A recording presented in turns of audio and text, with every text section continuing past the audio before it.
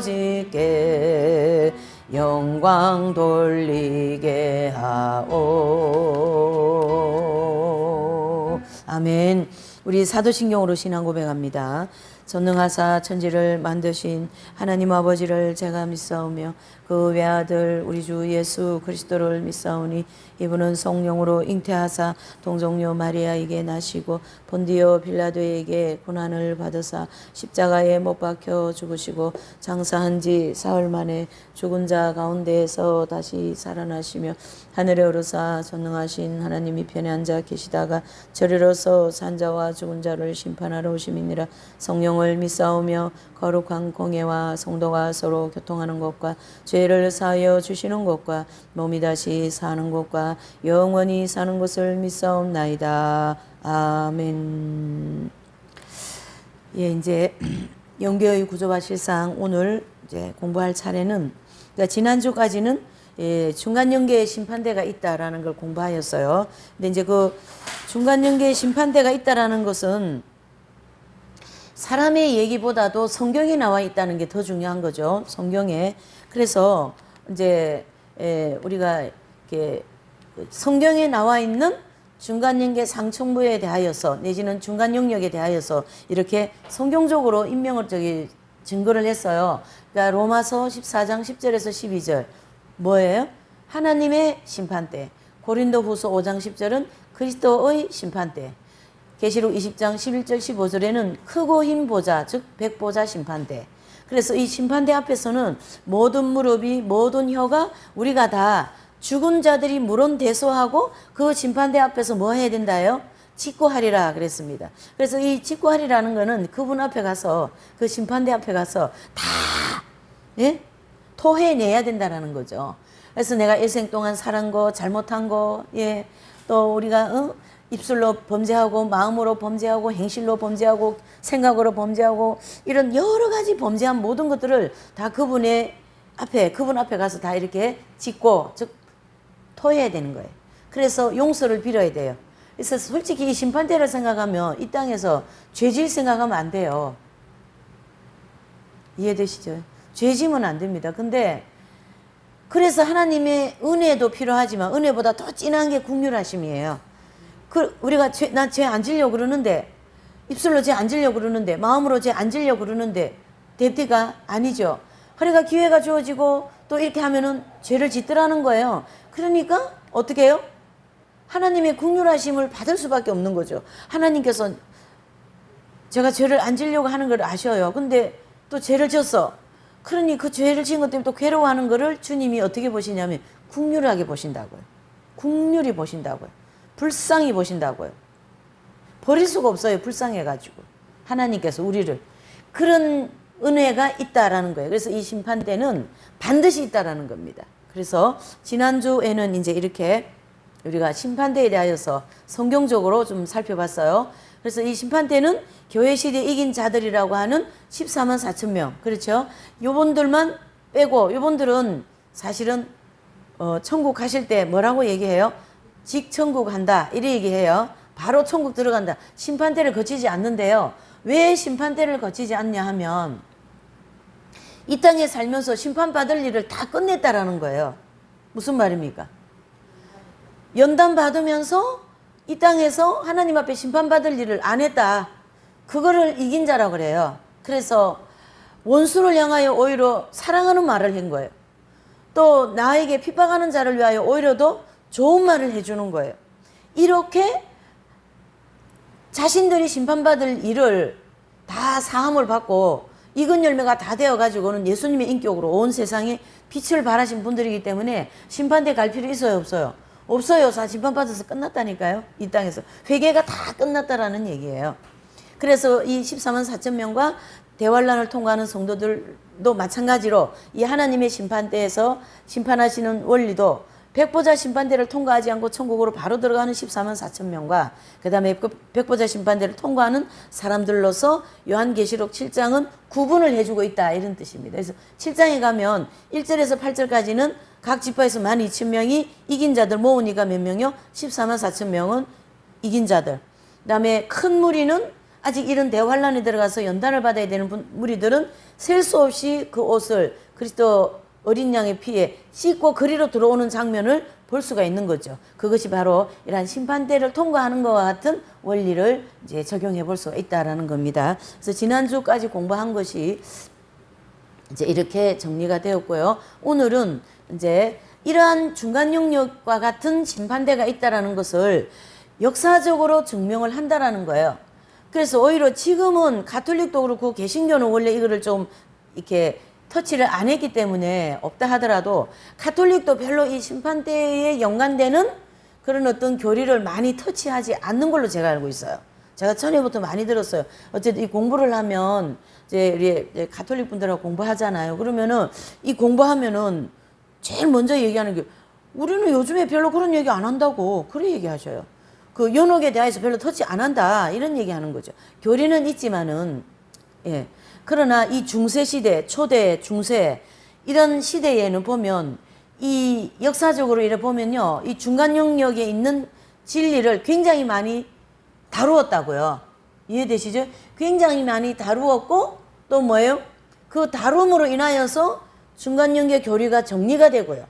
예. 그래서 어거스틴 성자라든가 아다나시우스라든가 초대 교부들이 이러한 중간 영역을 굉장히 많이 정돈을 해놨다. 이래 볼 수가 있어요.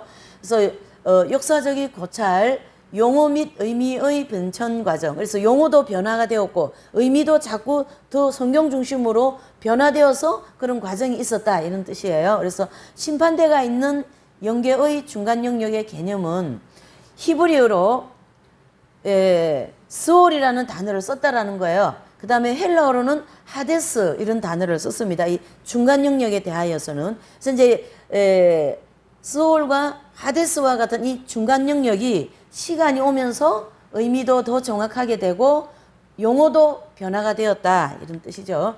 그래서 간혹 지역으로 잘못 번역되는 경우도 있었습니다. 그래서 구약시대 초기에는 이 중간 영역을 어둡고 암울한 장소로서 죽은 자들이 공통적으로 뭐한다요? 가는 곳이라고 여기고 있었어요. 언제는요? 구약시대는. 그렇다면 이 중간 영역은 있단 소리예요? 없단 소리예요? 네, 반드시 있다라는 뜻이죠. 그래서 하데스는 교회시대 초기, 즉 중간 상태라는 말을 표현하게 됐어요. 그래서 이게 교리가 확립이 되면서 가톨릭에는 연옥이라는 단어를 쓰게 되었지 그전에는 어떻게 했었다고요? 중간 영역이라는 여기 있잖아요.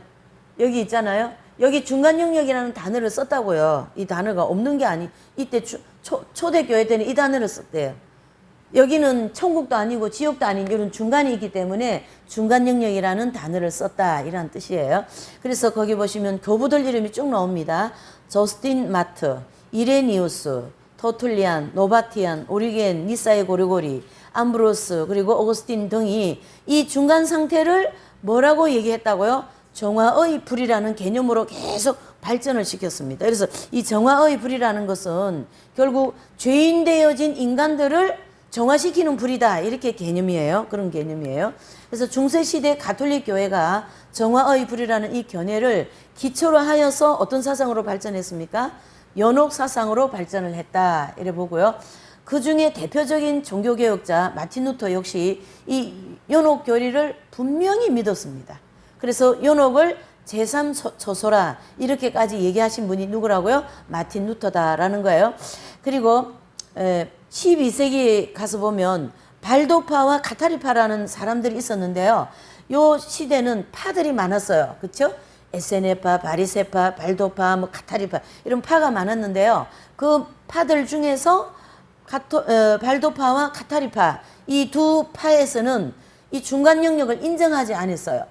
그래서 인정하지 않았기 때문에 뭐로 정제가 됩니까? 이단으로 정제가 되었어요. 그러니까 오히려 이 중간 영역을 다루지 않고 믿지 않고 그거를 따르지 않으면은 교리적으로 이단으로 그때는 정제되었어요.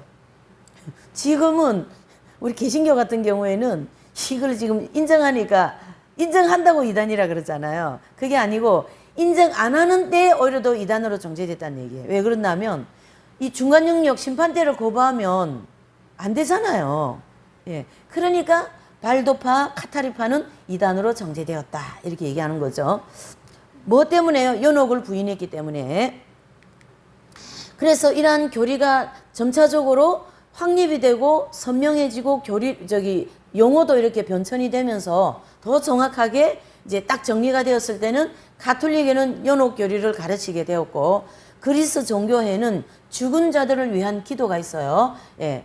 그리고 이 신교, 즉 개신교회는 연옥의 존재를 아예 부정을 하는 그러한 상황이 되었습니다. 그래서 종교개혁의 선구자인 이 마틴 루터도 연옥 교리를 신봉했어요. 단지 그 당시에 15세기 그 당시에 가톨릭이 이 연옥 교리 때문에 또 이 연옥 교리를 많이 악용을 하여서 부를 축축하고 또 뭡니까? 명예를 추구하고 사람들을 분리시키고 교회를 부패시키는 것 때문에 마틴 루터는 그건 아니다 이래 된 거예요. 그러니까 부를 축축하고 이 성직자들이 부를 축축하고 명예를 추구하고 그것이 아니다라는 얘기지 연옥 교리가 아니다라는 뜻은 아니잖아요. 잘 봐야 되는 거예요. 가톨릭도 개신교도 이 부분을 잘 봐야 돼요. 루터가 연옥 교리 때문에 나왔는데 이렇게 얘기해도 안 돼요. 신교에서는. 가톨릭은 마틴 루터는 결혼해서 나갔다 수도사가 되어가지고 그렇게 해서 또 비판하면 안 돼요. 그럼 말을 하면 안 된다는 얘기지. 그 시대에는 그 15세기 가톨릭 역사 중에서 가장 어두운 때가 그때거든요. 네. 그때에 하나님이 이 마틴 루터라는 분을 딱 세워서서 뭐예요? 믿음으로 구원받는다. 성령과 믿음과 말씀으로 구원받는다. 그 슬로건을 가지고 개혁을 할 수 있도록 하나님이 그 마음을 역사하신 거지. 그러나 루터의 개인적인 입장에서는 연옥 교리를 믿었다고요. 이건 안 믿고가 아니라 진리이기 때문에 믿어야 되는 거예요. 심판되기 때문에. 이해되시죠? 그래서 뭐 루터가 연옥 믿었단다 이런 것도 말이 안 돼요. 믿었단다가 아니라 안 믿는 게 문제니까 믿는 게 맞는 거예요. 우리가 예수님 믿고 천국 가는 것처럼 믿는 게 뭐예요? 정상이에요. 그러니까 루터가 정상이잖아요. 예? 단지 그때 그 문제를 이렇게 털고 나온 거가 그거는 문제가 아니지. 같이 그럼 썩은 물이 있으라고? 그건 아니잖아요. 예, 그래서 마틴 루터라는 이분이 얘기한 거는 연옥 교리를 부인한 것이 아니라 부패성을 부인한 거다 이렇게 보시면 됩니다. 중세 프랜시스, 도미니코, 보나멘투라, 토마스 아퀴나스 등 많은 이 성자들이 배출된 것은 연옥 교리를 믿고 성화되기 위해서 철저한 삶을 살았기 때문이에요. 우리도 내가 말을 한마디 할 때에 심판대를 생각하면 말이 딱 멈춰지는 거예요. 그런 거 경험 안 해보셨어요? 그래서 우리가 냉장고 앞에나 내 방 앞에 책상 앞에 뭘 붙여놔야 돼요? 심판대라는 교리를 딱 붙여놔야 돼요. 우리가 모든 무릎이 모든 혀가 그분의 심판대, 그분 그리스도의 심판대 앞에서 직구한다라는 것은 너 그때 난 비방했지, 난 미워했지, 화냈지, 또 시기했지, 질투했지. 그렇게 주님이 물어보면은 심판대에서 아니요 할 자신 있는 사람 그렇게 하시면 될 것 같아요. 네, 그건 아니라는 얘기죠. 예. 그래서 이 프랜시스, 도미니코, 보나멘투라 이런 분들은 이 심판대에 대한 철저한 신앙을 가지고 있었기 때문에 그렇게 성화될 수 있었던 것이었던 거죠. 예. 그래서 심판대 신앙이 굉장히 중요하다라는 거고요. 이 신교, 즉 개신교는 연옥 교리를 경시하다가 확실한 성경적 근거 없이 연옥 교리 자체를 부정하게 됩니다. 그 결과 무조건 복음만 믿기만 하면 천국으로 즉시 들어간다고 증거하면서 믿음 만능주의 내지는 기복주의 이런 영향을 받아서 교회가 어떤 결과를 낸 거예요? 세속화가 되어버렸다라는 얘기예요. 예. 그래서 어쨌든 신교, 가톨릭 할 거 없이 이 중간연계라고 하는 그리스도의 심판대라는 교리는 반드시 성경적이다. 이런 입장이에요. 자, 이렇게 해서 이제 역사적으로 조금 살펴봤고요. 이제 두 번째로는 영계의 어디예요? 실상을 이제 가서 보시는 거예요. 영계의 실상. 자, 번호 큰 2번 영계의 실상이에요. 네, 쭉 나가 보세요. 네. 영계의 실상. 네. 역사적인 그 변천 다음에 나오는 단계입니다. 네, 영계의 실상.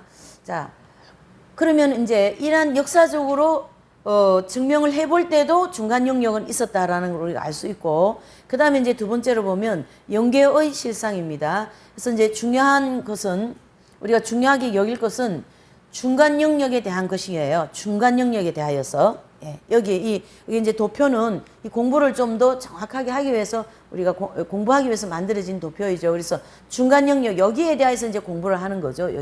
여기가 지금 천국입니까? 지옥입니까? 아니잖아요. 천국도 아니고 지옥도 아니잖아요. 그러니까 중간에 있다 그래서 중간 영역이다. 그래서 중간 영역에 대한 진리를 자세히 알게 되면 이 광야를 통과하는 성도들, 즉 대환란을 통과하는 성도들, 또 영계에서 정화되는 성도에게 큰 유익을 준다라는 거죠. 그래서 우리가 7년 대환란이 이제 앞으로 올 것이다 이런 얘기를 하는데, 7년 대환란 역시도 어디에 버금간다고요? 중간 영계 상층부를 버금간다, 이렇게도 우리가 보는 거죠.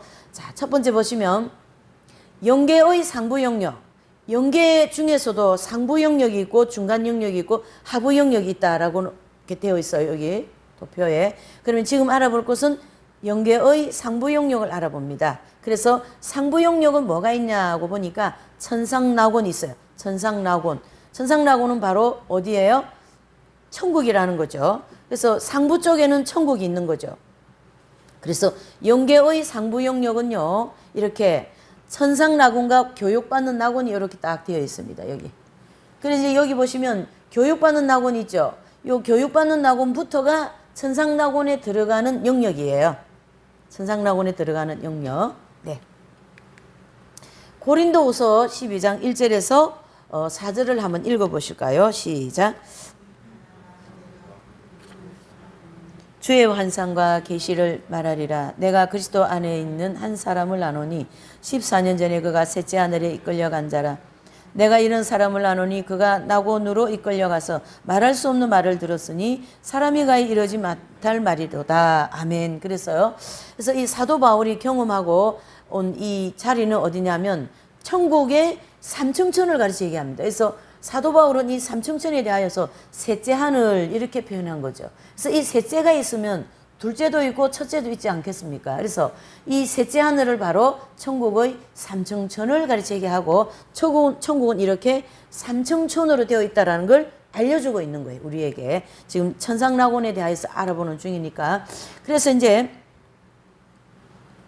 이 일부 신학자들은요, 이 낙원을 대기소라고 주장하기도 하는데, 성경은 천국이 낙원이고, 낙원이 어디라고요? 천국이죠. 어디예요? 그렇죠? 그러니까 낙원이 천국이고 천국이 낙원이다, 그 얘기를 지금 하는 거예요. 그래서 계시록 2장 7절에 보면 하나님의 낙원에 생명나무와 생명과가 있다, 이렇게 얘기합니다. 계시록 2장 7절에 보면요. 그리고 계시록 22장 1절에 3절에도 보면 영원한 천국, 즉 신천지에 생명나무와 뭐가 있다고요? 생명과실이 있다, 이렇게 말씀하고 있는 것이죠. 그래서 천국은 이렇게 삼층천으로 되어 있고 그 아래는 교육받는 낙원이 있어서 성도들이 천국에 들어가기 위해서 마지막 준비를 하게 되는 장소가 어디라고요? 교육받는 낙원입니다. 그래서 하나님의 보좌는 이렇게 삼층으로 되어 있고, 삼층 중앙에 하나님의 뭐예요? 영계의 태양이신 하나님 보좌가 있다, 이렇게 보는 거죠. 그래서 제일 꼭대기, 여기 꼭대기 하나님 보좌가 딱 있는 거죠. 히브리서 12장 14절을 보실까요? 시작. 모든 사람으로 더불어 화평함과 거룩함을 쫓아라. 이것이 없으면 아멘. 그래서 우리 성도들은 반드시 뭐 해야 된다요? 거룩해져야만이 천국에 들어갈 수 있다라는 것을 또 히브리서 12장 14절에서 말씀을 해주고 있습니다. 그래서 이 땅에서 영적 성장 정도와 상급에 따라서 천국에 들어가는 성도들의 초소가 하나님 앞에서 멀어지기도 하고 가까워지기도 해요. 그러니까 예수님을 믿기는 믿었는데 그냥 뭐 죄도 많이 짓고 또 세상적으로 즐기는 것도 많이 즐기고 또 교회는 오래 다녔지만은 내가 오래 다닌 것 때문에 그 오래 다닌 어떤 그런 자기 나름의 마음에 막 이런 의의가 머리 꼭대기까지 찬 거예요. 그것을 그냥 가지고 내가 제일 잘하지 이렇게 살면서 신앙생활을 한 분들 뭐 다양하지 않겠어요? 그런 분들은 이 땅에서 예수님은 오래 믿었지만 일은 많이 했지만 상급이 많을까요? 적을까요? 상급이 많지 않습니다. 하기 때문에 하나님의 보좌와 뭐를까요? 가까울까요? 먼 거죠. 그래서 오전에도 제가 말했어요. 말씀드렸습니다. 반드시 우리 인간은 하나님하고 연관이 되어 있다는 거. 이해되시죠? 하나님하고 연관이 되어 있다는 걸 인식을 해야 됩니다. 그렇게 해야만이 내가 죄를 덜 짓는다라는 거죠. 우리가 신앙생활을 왜 합니까? 죄 안 짓고 거룩하게 살아보려고 신앙생활을 하는 거 아니겠습니까? 그렇죠? 이 연계를 공부하면요, 정말 죄 지으면 안 된다라는 것을 절절히 느낄 수가 있는 것이죠. 그래서 이 하나님의 보좌와 가까워지기도 하고 멀어지기도 하는 것은 그 사람의 성장의 정도에 따라서 이루어진다라는 거고, 이 땅에서는 어떤 시간의 개념이 있어가지고 사계절도 있고 연도 있고 월도 있고 일시가 있잖아요. 그러나 천국에는 이 밤과 낮이 없기 때문에 시간이 흐름이 있다 없다? 없다, 이렇게 보셔야 됩니다. 그래서 천국은 영원히 어떻게 해요? 오늘입니다. 천국은 뭐라고요? 영원히 오늘입니다. 그래서 천국에서는 하나님 보좌에서 얼마나 멀고 가까운 거에 따라 빛의 밝기가 달라요. 이건 어떻게, 영원 불멸이기 때문에 어떻게 피할 길이 없습니다. 나 하나님 앞에 가까이 가고 싶어. 그런데 보니까 빛이 그냥 회색빛을 어두컴컴한 거예요. 그래가지고 어떻게 하나님의 태양 같은 분 앞에 가겠어요. 그쵸? 이렇게 빛의 밝기가 다르다라는 거고, 또 천국은 속도를 재거나 청량할 수 있는 것이 없다라는 거예요. 그래서 어떤 사람을 내가 만나려고 하면 순식간에 내가 지금 아브라함을 좀 만나고 싶다 그러면은 순식간에 아브라함 있는 곳으로 탁 가가지고 있어요. 제가. 저는 이제 천국 가면 제일 먼저 누구를 만나고 싶어 할까요? 저 같은 사람은? 네. 그러니까 아, 선생님 댁에 빨리 가봐야지. 그러고 마음먹었죠. 그러면 금방 선생님 댁 앞에 탁 와가지고 있어요. 그래서 제가 선생님 계실 때도 우리가 막 이렇게 재밌는 얘기 많잖아요. 이런 게 공부하면요. 아, 선생님 그 아리채 좀 천세 좀 주시라고. 예? 그래서 좀 삼층층 거기 좀 있고 싶다고. 그런데 아리채는 선생님이 주실 수 있지만은 이 영적인 상태 자체가 삼층층이 있을 수가 없어요. 거기는 빛이 너무 밝기 때문에. 이해되십니까? 참. 예. 그러니까 우리는요, 이 그런 걸 생각하면서 이 땅에서 이를 악물고 죄를 지으면 안 돼. 예.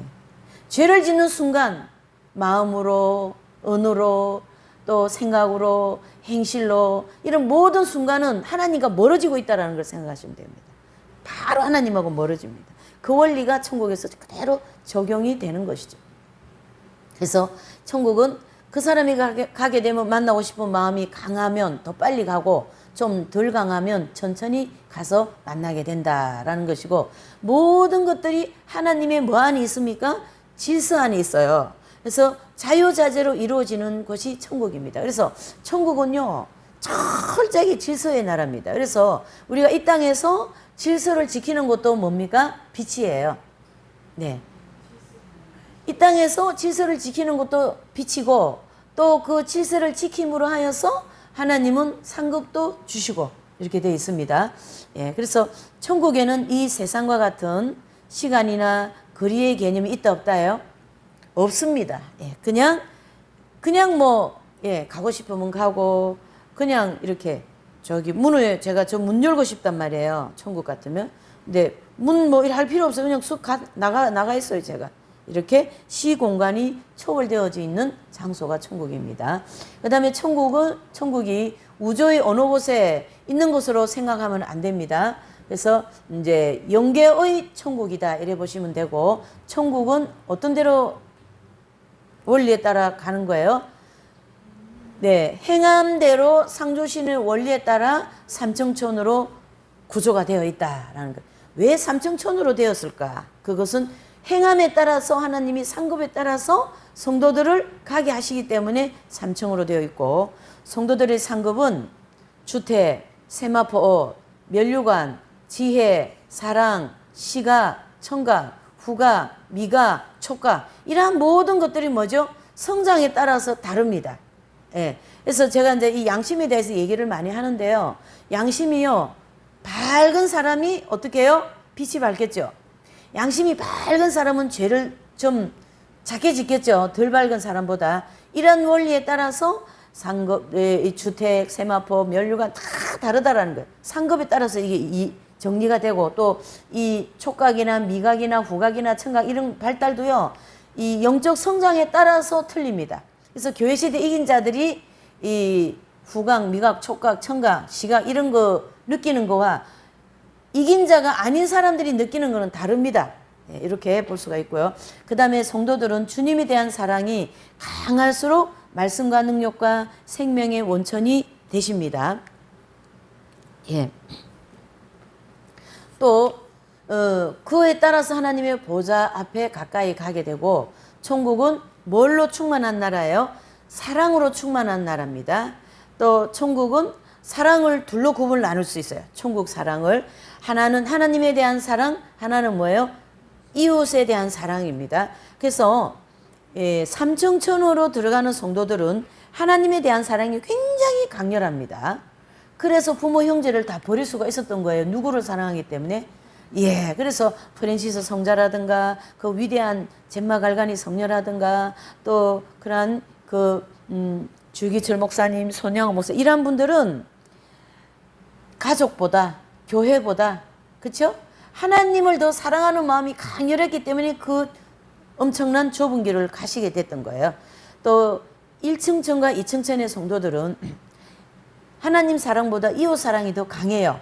그래서 하나님 사랑이 좀 이렇게 부족하지만 이웃 사랑을 강한 것으로 이 땅에서 생활하고 그렇게 또 상급을 쌓기 때문에 그 강한 지역으로 나눠집니다. 이렇게 천국은.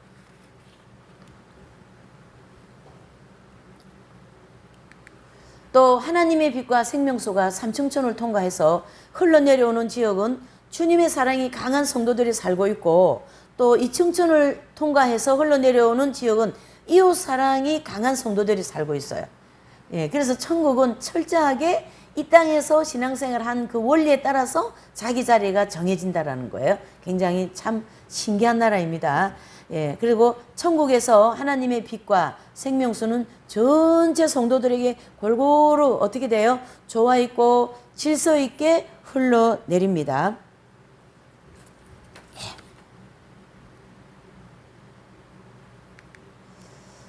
또 삼층천의 성도들은요, 주님에 대한 사랑이 뜨거움을 가지고 있기 때문에 보좌에 앉으신 하나님이 무엇과 같이 보이냐면요, 이렇게 태양같이 보이고 있고요. 2층천의 성도들은요, 이웃에 대한 사랑이 크기 때문에 보좌에 앉으신 하나님이 뭐가 같이 보인다고요? 달과 같이 보인다. 그리고 1층천에 있는 성도들은요, 하나님에 대한 사랑과 이웃에 대한 사랑에 따라서 보좌에 계신 하나님이 멀리 뭐나 뭘로 보여요? 해나 달로 보이게 되어 있다. 이렇게 보시면 됩니다. 무엇으로요? 해나 달로 보입니다. 또 천국은 전체적으로 몇 지파로 되어 있습니까? 12지파로 구분되어 있어요. 그래서 수직으로 수평으로는 3단계로 1층천, 2층천, 3층천으로 되어 있고 이와 같이 그 다음에 수평으로는요 12지파로 나눠져 있습니다. 그래서 모형적 진리에 보면 이스라엘 백성들이 몇 지파로 구분됩니까? 12지파로 구분되는 것은 천국 백성들이 12지파로 구분되어 있기 때문이고요. 또 성도들이 12지파로 구분되는 것은 행한 대로 상급을 받기 때문에 그래요. 어떤 사람은 사랑을 많이 실천하고 어떤 사람은 구제를 많이 하고 어떤 사람은 또 충성을 많이 하고 어떤 사람은 인내를 많이 하는 이렇게 갈라디아서 5장 22절 말씀 같은 그런 예수님의 성품과 같은 12가지의 성령의 얘를 많이 맺음에 따라서 그 지파로 들어가게 돼 있어요. 그래서 이 땅에 사는 동안 어떤 선행, 즉 빛의 열매를 많이 맺었는가에 그 따라서 각자가 들어가게 될 지파가 결정이 됩니다. 그리고 12지파는요 12가지 선에 대한 열매, 즉 뭐죠? 성령의 12가지 열매에 따라서 구분이 되는데요, 이것은 하나님의 빛을 따라 나타내신 예수님의 성품 또한 독행의 열매가 크게 12가지로 나눕니다. 여기 이제 본문에 나오죠. 예. 갈라디아서 5장 22절 23절. 예. 그래서 성령의 9가지 열매예요. 사랑, 희락, 화평, 오래 참음, 자비, 양성, 충성, 온유, 절제. 또 3가지의 열매는 뭐죠? 예, 예수님의 성품에서 찾아볼 수 있어요. 그래서 9가지 플러스 겸손, 정지, 용기 이렇게 해서 12가지의 성품은 예수님의 성품이에요. 그분의 본질. 예, 그래서 천국은 그분의 본질로 구성되어진 곳이에요. 예. 그래서 계시록 22장 2절에 보면 신천지에 생명나무의 과실이 12종류로 맺혀 있다라고 나옵니다. 그래서 행한 대로 상을 주시는 원리에 따라서 천국이 건설된다. 이렇게 보는 거죠.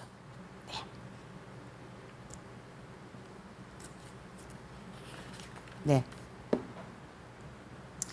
또 지옥도 말이죠. 7가지 죄성에 따라서 7지파로 구성이 되어 있어요.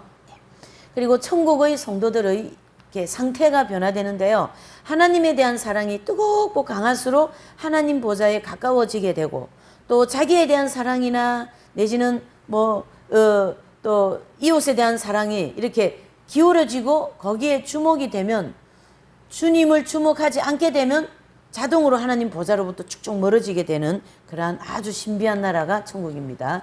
그 다음에 시온산, 즉 삼층천에는요, 거기에 사는 성도들은 지혜가 풍성하고, 이층천에 사는 성도들은 지식이 풍성해요. 예. 그래서 이긴 자들은 지혜가 굉장히 풍성합니다. 이해되시죠? 그러니까 그 솔로몬도 사실은 우리는 이긴 자로 보고 있거든요. 뭐 중간에 그런 거는 이제 모형적으로 보면, 그래서 솔로몬의 지혜라 하잖아요. 이게 천상의 지혜가 다 내려와 있어요. 그래서 이긴 자들을 이렇게 옆에서 대해보면요, 그러고 보니까 제가 참 성인 한 분을 같이 대하면서 살았네요. 근데 정말로 지혜롭더라고요. 그러니까 뭐 하나의 원리를 알면 100가지를 다 깨달고 계셔. 다 깨고 계셔. 원리를 아시니까. 그게 바로 지혜거든요. 근데 이층천에 들어가는 성도들은요, 지혜보다 지식이 풍성합니다. 그래서 설교자들이 많이 들어가는 데가 이층천이에요. 예. 또 삼층천에는 뭐가 없습니까? 대리 통치자가 없는데요. 이곳에 사는 성도들은 모두 세세토록 뭐하기 때문에? 왕노릇하기 때문에 라고 계시록 22장 5절에 말씀합니다. 그러나 1층천과 2층천에는요, 그 구역마다 대리 통치자가 천국의 그 율법을 가지고 다 어떻게 해요? 자기 구역 안에서 살고 있는 백성들을 덕으로서 다스리게 되어 있어요. 무엇으로요? 덕으로 다스린다. 덕. 예. 이 덕이라는 것이 뭘까요? 예수님의 인품을 가리키게 하거든요. 예수님의 인품. 예수님의 뭐라고요? 예, 예수님의 인격을 가르치게 하는 거예요. 그래서 우리 예수님 믿는 사람들은요, 인격이 정말로 중요한 것 같더라고요. 예, 이런 여러 가지 말씀을 살펴볼 때도. 그리고 삼층천의 성도들은요, 하나님의 말씀을 들으면 이렇게 즉시 깨닫고 실천에 옮깁니다. 근데 이 이층천의 성도들은 먼저 하나님 말씀 들으면요, 어떻게 하냐 하면 생각을 해보고 자기의 지식에 어떤 확인이 된 후에 실천합니다. 또 1층천에 있는 성도들은요, 하나님의 말씀을 들어도 잘 뭐한다요? 깨달지를 못합니다. 예, 깨달지를 못합니다. 그리고 2층천에는 설교자들이 모여 사는 구역이 있고, 또 이들은 하나님께서 어떤 그렇게 주신 지식으로 설교하고 영원토록 봉사하면서 사는 거예요. 천국 가서도 설교합니다. 예. 지금같이 이런 건 아니지만 거기도 하나님께 영원히 예배드리고 하기 때문에 거기도 설교를 합니다. 그래서 각자의 재능에 따라 영원토록 하나님 앞에 봉사를 하면서 사는 거죠. 자, 상급의 차이에 대해서 보시면 이 세상에 사는 동안 우리 성도들은 선행의 열매를 맺는 대로 천국의 상급이 쌓이고요. 천국의 상급은 뭡니까? 그 쌓인 만큼 지혜, 사랑, 인격, 주택, 환경, 세마표, 면류관 등이 다 다르다라는 거죠. 그래서 천국 전체가 상급과 관계가 있고요. 천국은 철두철미하게 상급에 따라 준비되고 있으므로 성도들은 하루하루 뭘 따라가요? 빛을 따라 철저하게 생활해야 되는 것이 맞는 거예요. 네, 맞는 겁니다. 좀 기분이 좋으면 따라가고 기분이 좀 안 좋으면 안 따라가고, 그렇게 하면 사실은 천국은 못 가요. 그렇게 안 할 때까지 하나님 우리를 뭘 시킬까요? 연단을 시키시는 거죠. 네. 그 다음에 천국에서 성도들이 상급을 받게 될 때 지혜와 사랑과 인격과 이런 모든 것이 다 이제 차이가 있다라는 것이고, 그 다음에 이제 두 번째 보시면 교육받는 낙원이 있다라고 했잖아요. 여기 바로 이게 1층 정보 바로 밑에. 교육받는 낙원, 여기는 무슨 일을 하냐면 두 가지를 합니다. 교육을 하기도 하고 하나는 영적 할례 받는 장소이기도 해요. 그래서 여기 보시면 이제 우리가 여기 이렇게 보시면 여기 도표 보시면 이 상층부에서 연단을 다 받으셨잖아요. 그러면은 이 교육받는 낙원 입구에 여기에서 뭘 받아요? 영적 할례를 받는다고요. 영적 할례. 그래 영적 할례를 받고 그 다음에 그 교육받는 낙원에 들어가서 필요한 천국 들어가 살 수 있는 필요한 교육을 받는다고요. 그래서 교육받는 낙원에서는 하나님의 보좌를 직접 볼 수가 없어요. 또 천상낙원처럼 1구역, 2구역으로 이렇게 되어 있고 하나님께서 내려주시는 빛과 생명수는 있습니다. 그리고 교육받는 낙원은 영원한 처소가 아니고 천상낙원 즉 천국에 들어가기 위하여서 뭐 하는 장소라고요? 준비하는 장소 이렇게 보면 되는 거죠. 뭐 하는 장소요? 준비하는 장소. 예. 천국은 반드시 이렇게 기본적인 교육을 받고 들어가게 되고 또 잘못된 교리, 그런 또 어떤 사상 이런 것을 교정을 받아야 들어갑니다. 그래서 이 땅에서 우리가 예수님 믿는 사람들 보면 굉장히 다양하잖아요. 어떤 분은 점쟁이다, 점치다가도 예수님 믿는 사람 있고 굿하다가도 예수님 믿는 사람 있고 철학을 하다가 예수님 믿는 사람 다양하죠. 그러니까 철학을 하고 구술하면서 살던 사람이 예수님을 믿어서 천국은 가야 되는데 가지고 있는 이런 생각이나 사상이 하나님 중심적이지 않은 게 많아요. 그래서 그런 것을 다 여기서 교정을 봐야 돼요. 교육받는 낙원에서. 예, 그래서 교육을 받고 이곳에서는요, 이 교육받는 낙원에서는요, 성도들은 천사들을 통하여서 교육을 받습니다. 예, 천사들을 통하여서. 그리고 교육받는 기간은 성도들마다 다 달라요. 들어가시는 분들마다. 그래서 심령과학자들은 이곳을 상념계라는 그런 말을 썼고요. 이 교육받는 낙원 입구에 이제 영계의 할례산이 있는 것처럼 여호수아서 5장 8절에 보면 이스라엘 백성들이 할례산에서 할례를 받는 거거든요. 와 같이 이 교육받는 낙원 입구에 할례산과 같은 할례받는 장소가 있다 이런 얘기고 이곳에서 죄성을 가지고 들어가지 그러니까 이 교육받는 낙원에까지는 죄성을 가지고 들어갈 수 있어요 없어요? 못 들어갑니다. 예, 할례 받고 들어가야 되는 곳이죠. 예.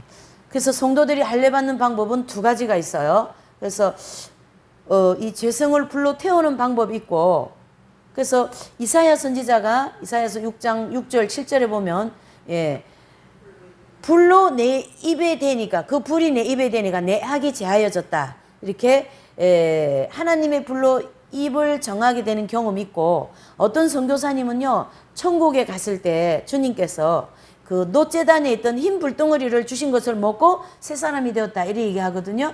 그렇게 이제 하는 불로 태우는 방법이 있고 또 한 가지는 이 죄성을 이렇게 잡아 떼는 방법이 있답니다. 그래서 이 스위덴 브루거 같은 분은 증거를 하기를 이 할례를 받는데 집게로 떼어나는 방법이 있다 이렇게 기록하고 있어요. 그리고 교육받는 낙원은요 영혼 천국에 들어가서 살기 위하여서 준비하는 곳이고 또 지상에 세워지게 될 천년왕국도 교육받는 낙원처럼 영혼 천국에 들어가기 위한 준비하는 장소로 보시면 됩니다. 천년왕국도. 그 다음에 성도들은 교육받는 낙원에서 교육받을 때 자신이 들어가게 될 천국의 지파에 해당되는 장소에서 교육받습니다. 그래서 이 교육받는 낙원 요 장소도 12구역으로 되어 있어요. 그래서 제가 만약에 사랑지파에 가게 되죠. 그러면 교육받는 장소 사랑지파 구역에 들어가서 교육을 받는 거예요. 이해되시죠? 예. 그 다음에 입신 체험한 어떤 선교사님이 교육을 받는 그 낙원을 이렇게도 표현했어요. 변두리 이렇게도 표현했습니다. 그래서 천국 제일 가상에 있다고 해서 변두리. 이곳에는 담이 이렇게 쳐져 있고 천국에서는 이 변두리가 보이지만 변두리에서는 천국 내부가 보인다 안 보인다? 보이지 않는다 이렇게 봅니다. 세네카 소디라는 사람은요 파라다이스 방문기를 책을 쓰셨는데 그분이 이제 그렇게 쓰셨어요. 바깥 성문을 통과할 때는 하나님 보좌가 보이지 않고 안쪽 성문을 통과할 때부터 하나님 보좌가 보인다 이렇게 기록하고 있어요. 예. 그 다음에 여기에서 교육받는 낙원은 바깥 성문에서 안쪽 성문까지의 영역을 가르치게 합니다. 그러니까 교육받는 낙원 여기를 얘기하는 거예요 지금 여기를. 네. 자, 그 다음에 이제 예, 중간 영역의 중간층을 한번 살펴볼까요? 상부 영역을 이제 살펴봤다면 이제는 중간의 중간 영역을 살펴봅니다. 그래서 영계의 중간 영역은 심판대가 있는 영역입니다. 그래서 그 심판대가 있는 영역을 세 단계로 나눈다라는 거예요. 그래서 상층부, 중간층, 하층부 이렇게 나누는 거예요. 그러니까 상층, 중간, 하층 여기를 다 뭐라 그래요? 심판대를 한다 이렇게 얘기하고, 교회 시대 동안 이 땅에 사는 데에 이 땅에서 연단을 받고 영적 할례를 받은 성도들은, 즉 익은 열매가 되어진 성도들은 중간 영역을 통과할 때 어떻게 해요? 중간 영역이 통과할 필요 있어요, 없어요? 예, 익은 열매가 되었기 때문에 그들은 직접 낙원으로 들어간다. 아까 얘기했죠. 교회 시대에 즉 직천국 갈 자격이 있는 분들, 이분들은 땅에서 흰옷을 입은 교회 시대 이긴 자들 14만 4천 명 뿐입니다. 그 외의 사람들은 모두가 다 심판대에 있는 중간 영역을 통과해서 천국이나 내지는 지옥으로 들어가게 되어 있습니다. 중요한 것은요, 교회 시대 이긴 자들, 즉 14만 4천 명 이외에 모든 성도들이 한 사람도 빠짐없이 여기를 통과해야 돼요. 어디를요? 중간 영계 심판대를 통과해야 된다. 자, 그러면 이제 첫 번째 알아볼 때는 중간 영역 중간층을 한번 알아보자고요. 어디예요? 여기 중간층, 여기 그렇죠? 예. 그러니까 여기 다가 심판대인데, 예, 여기 중간 영역 중간층, 중간 영역 상층부, 중간 영역 하층부 이렇게 돼 있다고요. 중간 영역 안에 세 단계로 나눠 놓고 있다라는 건데, 처음 알아볼 자리가 사후의 영혼의 처음 상태, 즉 중간 영역의 중간층을 알아보는데요. 사후에 우리 영혼들이 처음 상태를 한번 보시면, 중간층은 스웨덴 보로고는 영혼의 제1상태, 여기 이 스웨덴 보로고 이분이 굉장히 연결을 많이 왔다 갔다 한 분이거든요. 그래서 이분이 이 중간 영역을 영혼의 어디에요? 제1상태라고 말을 한다고요. 그래서 사람들이 죽자마자 처음 들어가는 장소가 바로 이 중간 영역의 중간층이다. 제가 지금 만약에 죽었다, 안 놀라시는 거예요? 제가 죽었는데 여러분? 놀라셔야죠. 어머나 죽었냐, 잘 죽었다, 이렇게 해야 되겠죠? 네. 그러면 제가 이제 영이 빠져나갔죠. 그럼 어떻게 해요? 예, 여기 들어가는 거예요. 제일 먼저 들어갑니다. 영이 딱 빠져나가면. 예. 그래서 중간 영역에 들어간다. 중간층에. 제2 상태는 어디입니까? 중간 영역의 상층부. 여기 위에. 예, 여기. 예. 그래서 중간 영역의 상층부와 하층부 이렇게 돼 있는데, 제2 상태는, 그래서 상층부는 천국 들어갈 성도들이 제2 상태로 들어가고, 하층부는 지옥 들어갈 성도들 하층부 제2 상태로 들어간다. 이렇게 스웨덴 부르고는 정리를 해놓고 있고요. 그 다음에 가톨릭에서는요, 이 상층부를 뭐라고 그래요? 연옥 이렇게 얘기한다는 얘기죠. 연옥. 또 이 단테라는 분은 이렇게 초기에 성인이 되신 분이잖아요. 단테 신곡 책 다 사셨잖아요. 거기 보면 이제 신곡에는 정죄산 이런 단어를 쓰고 있어요. 그래서 죄를 정화하는 산이다라는 말을 썼습니다. 죄를 정화하는 산. 네. 흙으로 만들어진 인간의 육체는 영혼이 빠져나감으로써 모든 감각, 고통, 평안을 느낄 수가 없습니다. 육체는요. 그러나 사람의 육체가 살아 움직이는 것은 영혼 때문에 살아 움직이는 것이죠. 그래서 사후의 영혼의 처음 상태를 알아봐야 돼요. 그래서 뭘 알아본다고요? 사후의 영혼의 처음 상태는 첫 번째는 뭐예요? 크기와 형체죠. 그렇죠? 영혼의 모습은 사람이 죽을 때 자기의 그 육신의 모습과 처음에 똑같습니다. 저는 키가 작잖아요. 키가 작으면 이렇게 작게 딱 영적 상태도, 영혼 모습도 요거만하고, 미국 사람은 키가 크니까 큰 영혼이겠죠. 뭐야 저거? 아니 그렇다고요. 영계가 그렇다고요. 뭐 영계가 그렇다는데 제가 뭐 어떡하겠어요. 그래서 키가 작은 사람은 작은 모양, 큰 사람은 큰 모양으로 그 영혼의 모습이 있다라는 거죠. 그래서 오늘 죽는다면 지금의 육체의 모습, 조금 늙어서 죽으면 조금 늙은 그 육체의 모습 그대로 가지고 들어가고요.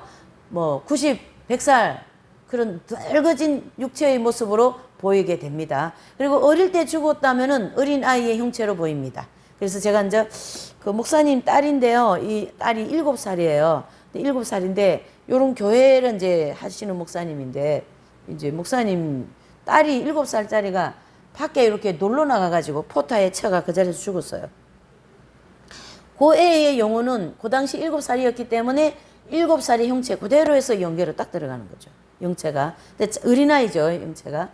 또 머리 모양도 똑같습니다. 머리 모양도 뭐 이렇게 뭐 카트 했으면 카트, 기름은 기르게 이렇게 해서 똑같이 죽을 때와 똑같은 모습으로 들어간다. 그 다음에 사람의 영혼은 육체의 모습과 같은 몸을 가지고 있는데 이것을 뭐라고 그래요? 영체라고 합니다. 똑같습니다. 또 팔이나 다리가 없는 사람이 죽었을 때 영체에도 정상적인 팔다리가 있을까 없을까? 네, 있습니다. 왜 그래요? 육체로 있을 때는 이게 물체이기 때문에 잘라지고 뭐 이렇게 사고 나서 잘랐지만은 영체는 잘라지는 게 아니잖아요. 영혼이. 예, 그래서 영혼이 고통이라는 게 이제 말이 되는 거죠.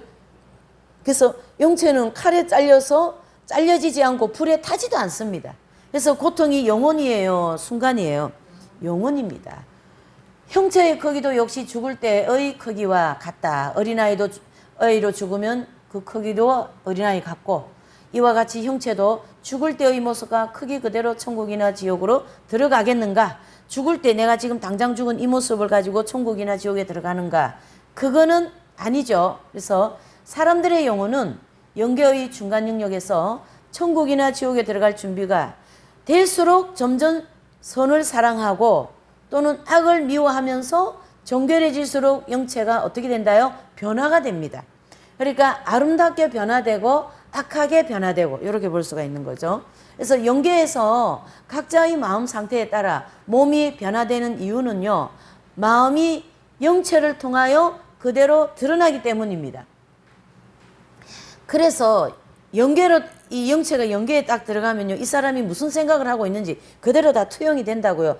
깨끗한 유리병 안에 먼지 하나 있으면 보여요? 안 보여요? 보이죠? 그와 같더라. 그래서 영계에서는 누구 미워하죠. 그럼 바로 미워한 거 저 사람 알아요. 저 사람 나 미워하는 거 금방 알아요. 근데 육체를 입고 있으면 어느 정도 포장을 하면 잘 모르잖아요. 그러나 영체는 안 그렇다라는 거예요. 지금 여기서 얘기하는 거예요. 영체는 어때요? 그대로 다 투영이 된다는 얘기죠. 그래서 숨길 수가 없다. 그래서 영체를 통하여 그대로 드러나기 때문이고 예를 들면 처음에는 주름살이 많고 얼굴도 찌그러지고 이상한 모습일지라도 이러한 죄성과 정욕대로 사는 모습을 연단을 받으면서 뭐예요? 마음과 행실이 정결해질수록 점진적으로 어떻게 변화됩니까? 아름답게 변화됩니다. 아주 아름다운 사람으로 변화가 되는 거예요. 그리고 천국 변두리 즉 부끄러운 구원을 받는 성도를 할지라도 이 세상에서 가장 아름다운 남녀보다 더 아름답다는 거예요. 그래 그 아름다움으로 영생을 하는 나라가 천국입니다. 네. 영계 체험자들 체험을 많이 하고 천국과 지옥을 책을 쓴 이 스위덴부르크는 이 영계에 들어갔을 때 중간 영역 중간층에서 체험한 내용입니다. 이 내용은 실질적인 거예요. 그래서 갑자기 저기에서 어떤 여자가 급속도로 다가오기에 빨리 피해야 되겠다는 마음을 먹는 순간 탁 피했어요. 근데 그 여자는 탁 지나가 버린 거죠. 그래서 그 여자는 왜 이 스위덴부르크를 보고 막 달려왔냐 하면 그 스위덴부르크를 보는 순간에 음욕이 생긴 거예요. 음욕이. 그래서 음욕이 생기자마자 바로 행동이 나왔고 스위덴부르크는 그 여자를 보는 순간에 바로 피해야 되겠다는 순간에 바로 피하고 이래 된 거예요. 그래서 바로 나가고 바로 피하고 이래 된 거예요. 그래서 그 영계에서는 마음먹은 대로 순간순간 이루어진다라는 거고 그 여자는 스위덴부르크를 보자마자 여기 나오죠. 음욕의 지배를 강하게 받아 갑자기 달려들은 것이다.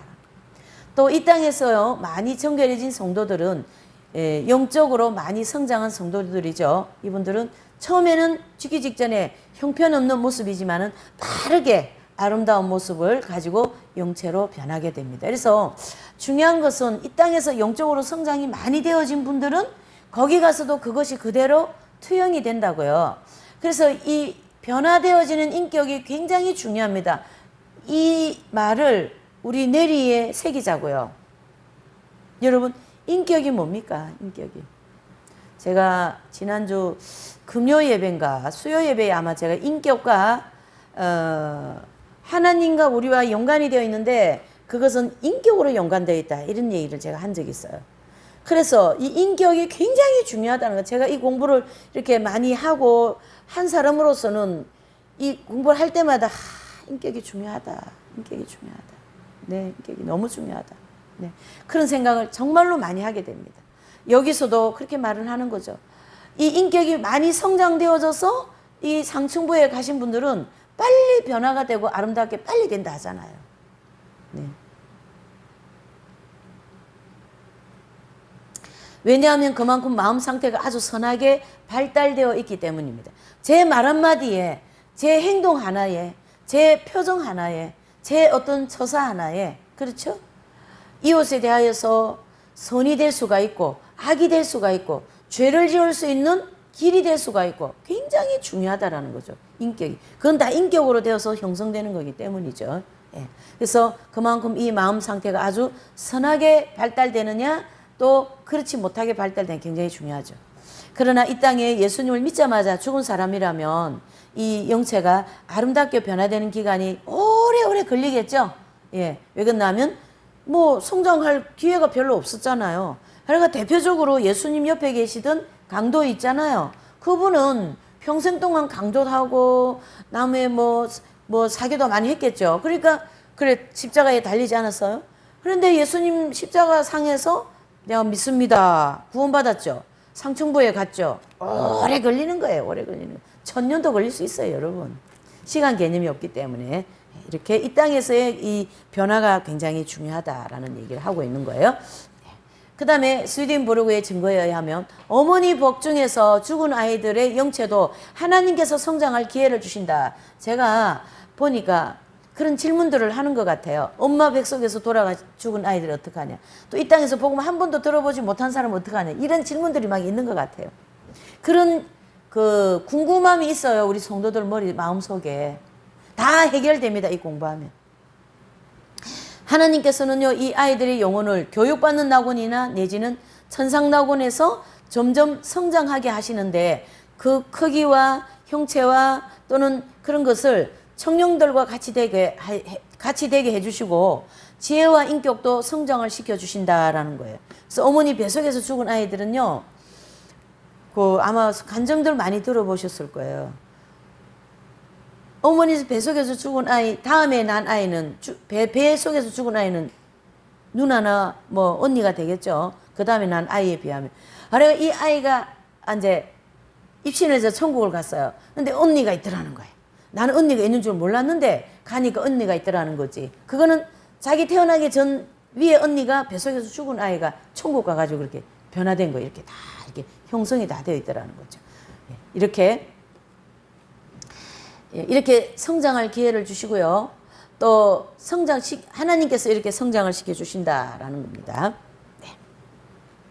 또 우리가 이 천국 갈 때, 이 영계에 들어갈 때 감각은 어떤가? 감각. 그렇죠? 우리 사람에게는 감각이라는 게 있어요. 그래서 시각, 청각, 미각, 후각, 촉각 이런 것이 있는데 이것을 다 사후에는 어떻게 될까라는 거죠.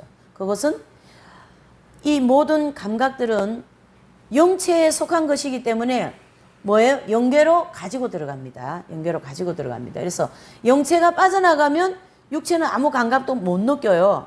그래서 누가복음 16장에 보면 부자가 엄부에서 고통을 받으며 괴로워하는 것은 뭐가 있기 때문이에요? 네, 뜨거움을 느낄 수 있는 감각이 있다라는 것이죠. 예, 그것을 지금 얘기해 주는 것이에요. 사람은 감각을 가지고 천국이나 지옥에 들어가서 무엇과 무엇을 느끼고 합니까? 기쁨과 행복을 누리거나 아니면은 고통을 느끼게 되는 건데 다 무엇이 그게 느껴지는 거예요? 감각이 느껴진다라는 거고요. 천국의 성도들은요, 시각, 청각이 세상 사람들과 비교도 안 될 만큼 훌륭한 감각과 기능을 가지고 영생하는 나라입니다. 그리고 성도들의 시각, 청각은 상급이 많을수록 더 기능이 발달돼요. 그래서 아까 얘기했잖아요. 삼층천, 저기 이 상부 영역에 있는 삼층천, 그렇죠? 저기에 들어간 성도들은 그 밑에 있는 성도들보다 주택, 지혜, 이 모든 것이 다 뭐예요? 다르다고요. 그렇게 성장에 따라서 성화되는 것에 따라서 상급이 다 다르다. 기능이 다 다르다.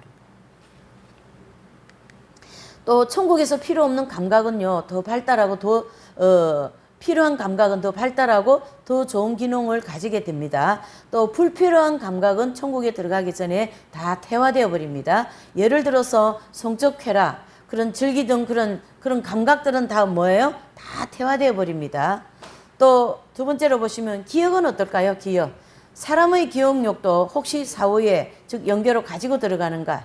그렇죠? 다 가지고 들어갑니다. 왜요? 내가 이 땅에 살면서 범죄하고 죄짓고한 모든 거를 기억을 하여서 하나님 앞에 고백을 해야 되니까. 그게 바로 심판대에서 다 뭐예요? 직고하리라 도하여 내는 기억이 나야 될 거 아니겠어요? 그래서 다 기억하게 됩니다. 그래서 기억을 가지고 들어간다. 어떻다고요? 기억을 가지고 들어갑니다. 네, 우리가요, 이 영계에 대한, 심판대에 대한 신앙생활은요, 정말 우리 영적으로 유익이 있어요. 그 다음에 재능을 한번 보실까요? 이 기억에 대해서 한번 더 보죠. 기억이요, 지옥에 필요한 기억은 지옥에 더 필요한 기억으로 발달해버립니다. 그래서 지옥 가서 악한 기억대로 사는 거죠. 그게 참, 우리 이 하나님이 창조하신 이 창조물 중에 이 사람이 제일 좀 골치가 아픈 것 같아. 제가 볼 때는. 이 부패해가지고. 네. 참 무섭잖아요. 악한 기억을 많이 가지고 있으면 지옥 가서 악한 생활 더 많이 한다라는 거죠. 또 천국은 반대로 선한 기억을 많이 가지고 있으면 선한 기억대로 더 선하게 사는 거죠. 이렇게. 자, 재능을 보실게요. 재능은요, 재주 내지는 재능 이렇게 얘기합니다. 그래서 운동, 바둑, 노래, 피아노, 목수일, 주방일 이런 다양한 재능이 있어요. 주방일도요, 잘하는 사람은 정말 잘해요. 왜 그래요?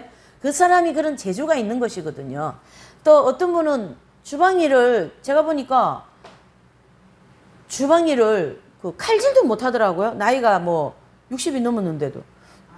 주방일을 안 해본 것도 있지만은 저는 안 해봤어요. 안 해봤는데도 처음에는 좀 못해도 시간 흐르면서 금방 됐어요. 금방 이게 익혔어요. 주방. 근데 이게 물론 안 해본 것도 있지만은 이 재주가 없어요. 그쪽으로는 가장 없는 그런 사람이 있어요. 그 사람마다 그런 게 다 있더라고요. 예. 이런 것을 재주라, 즉 재능이라 그러는데 사람이 죽으면요, 재능도 그대로 가지고 영계로 들어갑니다.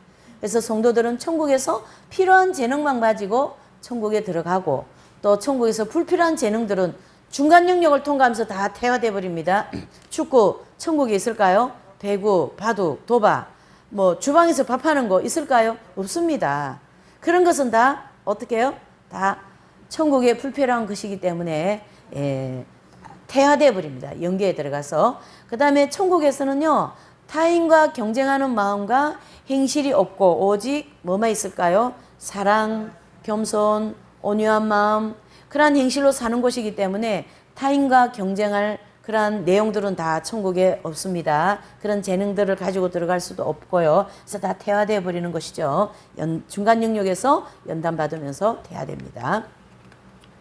그러나 설교 잘하고 또 찬송 잘 부르고 그러한 재능이 있잖아요. 그거는 더 발달됩니다.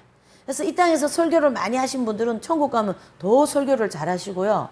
노래를 잘 하신 분들은요, 성가대 하신 분들은 천국 가서 반드시 성가대 가게 돼 있어요. 다윗 성가대 이런 데 쫙 가가지고 웅장하게 찬양을 더 잘하는 거죠.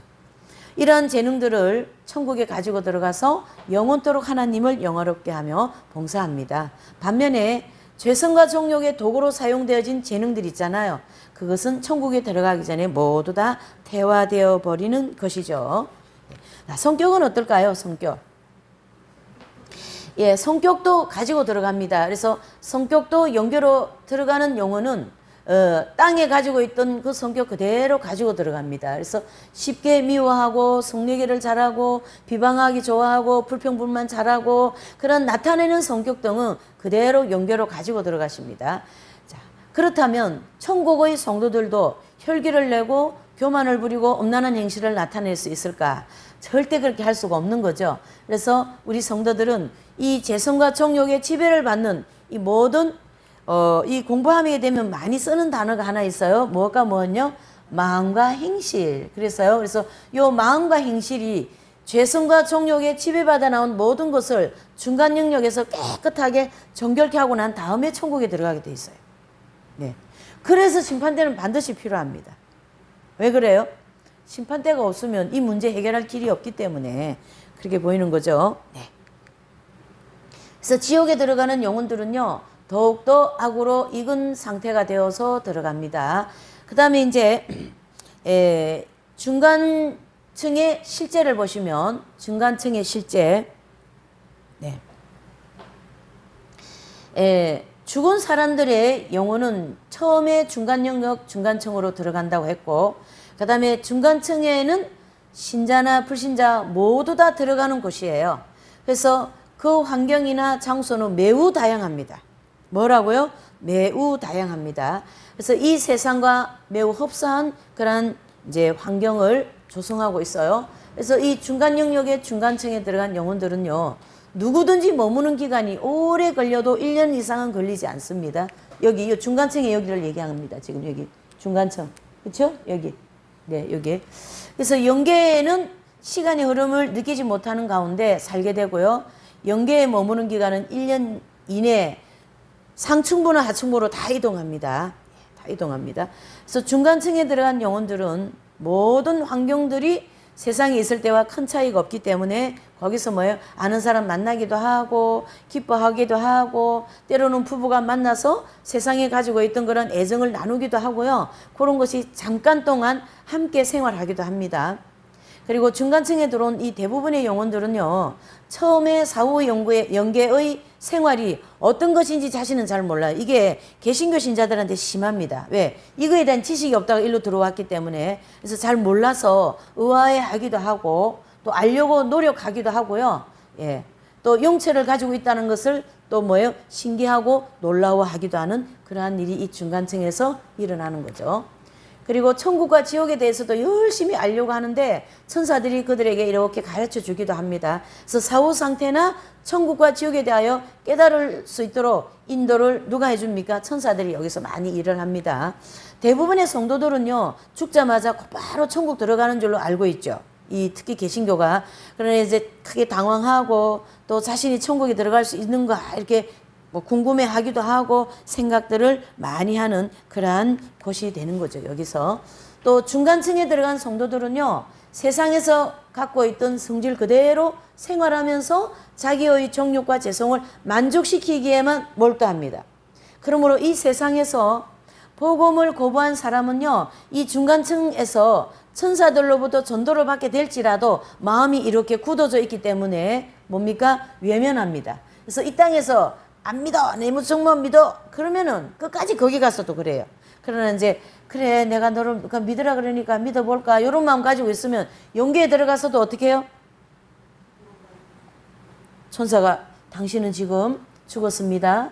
예를 들어서 그래서 천국이 저 빛을 따라가면 천국을 가고 예수님 믿으면 아니면은 지옥 갑니다. 이렇게 하면 우리 끄떡끄떡 해가지고 빛을 따라가는 사람, 그런 사람 다 이제 상층부로 가니까 구원을 받는 거죠.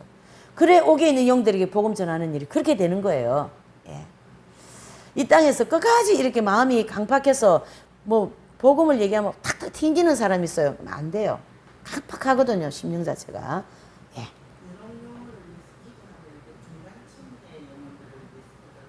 그래서 이제 가톨릭에는 연옥 영혼을 위해서 기도를 하는데, 연옥 영혼을 위해서 기도하는 거는 제가 알기로는 그분들이 죄에 대해서 빨리 벗어나게 해달라고 그렇게 기도를 하는 거고, 구원받게 해달라고는 그건 아닌 것 같아요.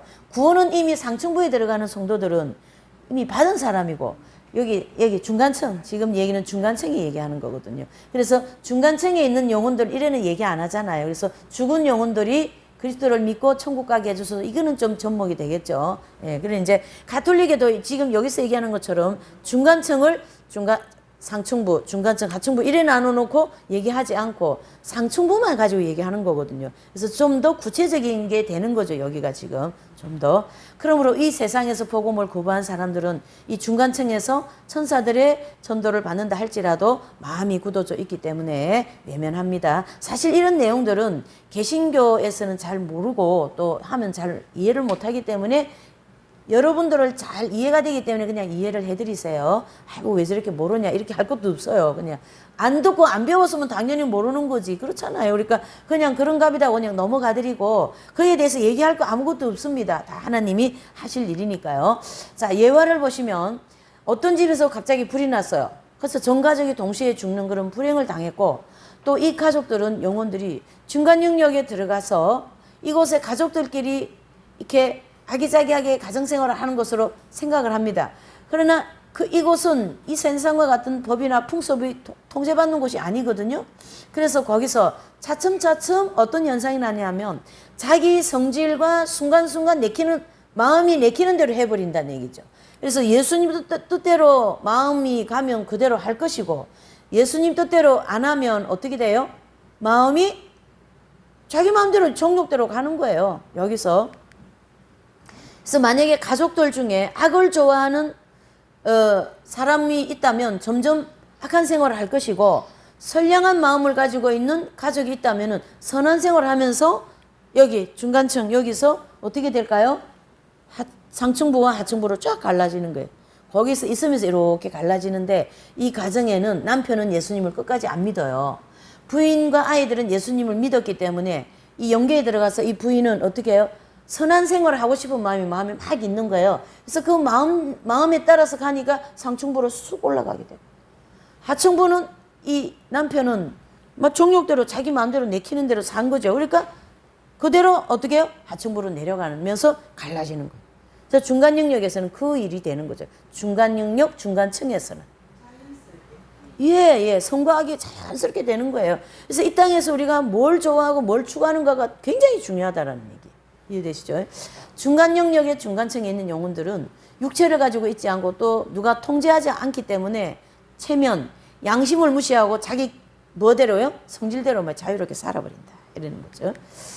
중간층에서는 각 사람마다 머무는 기간 차이가 있지만 몇 주, 몇 개월 정도가 지나면 싸움하기를 좋아하는 사람들은 더욱 포악해지고 신경질이나 짜증내고 욕하기를 잘하는 사람들은요. 그 죄성의 지배를 더 강하게 받으면서 영체가 점점 달라집니다. 악하게 달라집니다. 위에서 예를 든 이 가족들은요. 마음 상태에 따라서 선한 사람의 모습이 점점점 아름다워지고 한 사람은 점점점 흉측한 모습으로 변형이 된다라고 보시면 됩니다.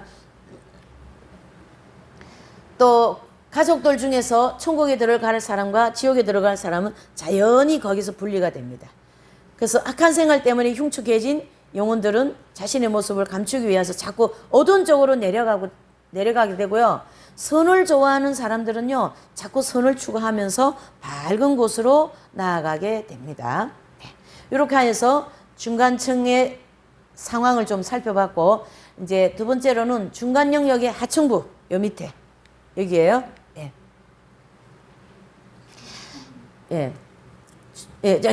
상층부 요 밑에 위쪽에 이게 중간 영역 상층부 이 중간 영역의 상층부로 올라가는 영혼들은 상층부로 올라갈수록 상태가 이렇게 변화되는데 아름답게 변화되겠죠. 그래서 그들은 선을 좋아하기 때문에 그런 의욕이 강할수록 빨리 상층부로 올라가게 되고 사실 이것도요. 빨리 상층부로 올라가게 되는 것도 성장에 따라서 되는 거예요. 마음이 빨리빨리 성장이 많이 돼서 선을 많이 좋아하지 않겠어요? 그러면 빨리 올라가게 되는 거죠. 이 땅에서 많은 교회를 다녀도 악한 마음이 많은 사람이 있거든요. 그런 사람은 어떻게 해요? 여기서 오래 머물게 돼요. 그게 좀 어느 정도 정리가 돼야 되니까. 중간 영역의 중간층에서는 성도들과 불신자들이 함께 머물게 됩니다. 성도들은 진리와 선을 좋아하는 마음을 가지고 있기 때문에 정욕과 죄성에 만족시키기에만 몰두하는 불신자들과 함께 어울려서 살 수가 없는 거죠. 그렇죠? 그래서 이 악의 냄새도 맡기 싫어하고 또 지옥에 들어갈 악한 영혼들의 그 흉측하게 변형된 모습을 보기 싫어하기 때문에 자연히 분리되어 선과 행복이 가득한 하나님 나라를 소망하며 점점 상층부로 올라가게 됩니다. 상층부 입구에는요, 어떤 일이 이 상층부에 들어가기 전 입구에 여기에서 어떤 일이 있냐 하면요, 우리가 철로 역정을 보면 좁은 문과 효시의 집 그리고 십자가 언덕을 이제 들어가는 과정에서 큰 은혜를 받잖아요. 그렇죠? 그와 같은 은혜를 풍성하게 받으면서 상층부로 들어간다고. 그 은혜 받은 것 때문에 그 견딜 수 없는 지옥 같은 연단을 거기서 받아내는 거예요. 이해되십니까? 이렇게 해서 그 은총을 받으면서 영적으로 새롭게 되는 과정이 있습니다. 그래서 하나님께서 성도들을 연단받는 장소에 들어가게 하기 위해서 큰 무엇과 무엇을 주셔요? 위로와 용기와 희망을 주셔서 연단에 들어가게 하십니다. 아니 무턱대고 들려보내놓으면 또 감당도 못해요 우리가. 참 하나님께서 이래도 저래도 네? 오늘 이 오후 예배 이 말씀이 오전 예배 설교하고 딱 떨어졌어요. 다 하나님과 연관이 되어 있다고. 모든 것이 다. 단테 신곡에서는 이 장소를 어디라 그러냐면 정제산 입구 이래 얘기합니다. 어디라고요? 정제산 입구. 깨달고 큰 기쁨과 감격을 체험하는 장소가 있는데요. 거기를 상층부 입구에 해당되는 과정입니다. 그래서 중간층의 이 상층부에서는요. 하나님께서 순간순간 성도들에게 영적으로 필요한 도움을 주시면서 연단을 받게 하시는 거죠. 또 중간 영역에 있는 성도들은 연단을 받고 정화되는 장소는 몇 가지가 있어요. 7가지 죄성에 따라서 교만성, 태만성, 아집성, 질투성, 음란성, 포악성, 거짓말 이런 죄성에 따라서 다 연단시키는 거예요. 이 땅에서 교만한 사람은 그 교만한 연단 받을 때 지독하게 연단 받습니다. 예, 여러분 지독하게, 네, 지독하게 연단 받습니다. 네, 이 지독한 연단에 대해서 조금 구체적으로 해야 되거든요. 그래서 다음 주에 하겠어요. 다 너무 길어져서 지금 7가지 죄성에 따라서 연단 받는 요 자리까지 공부했습니다. 다음 주는 여기부터도 할 거예요. 예.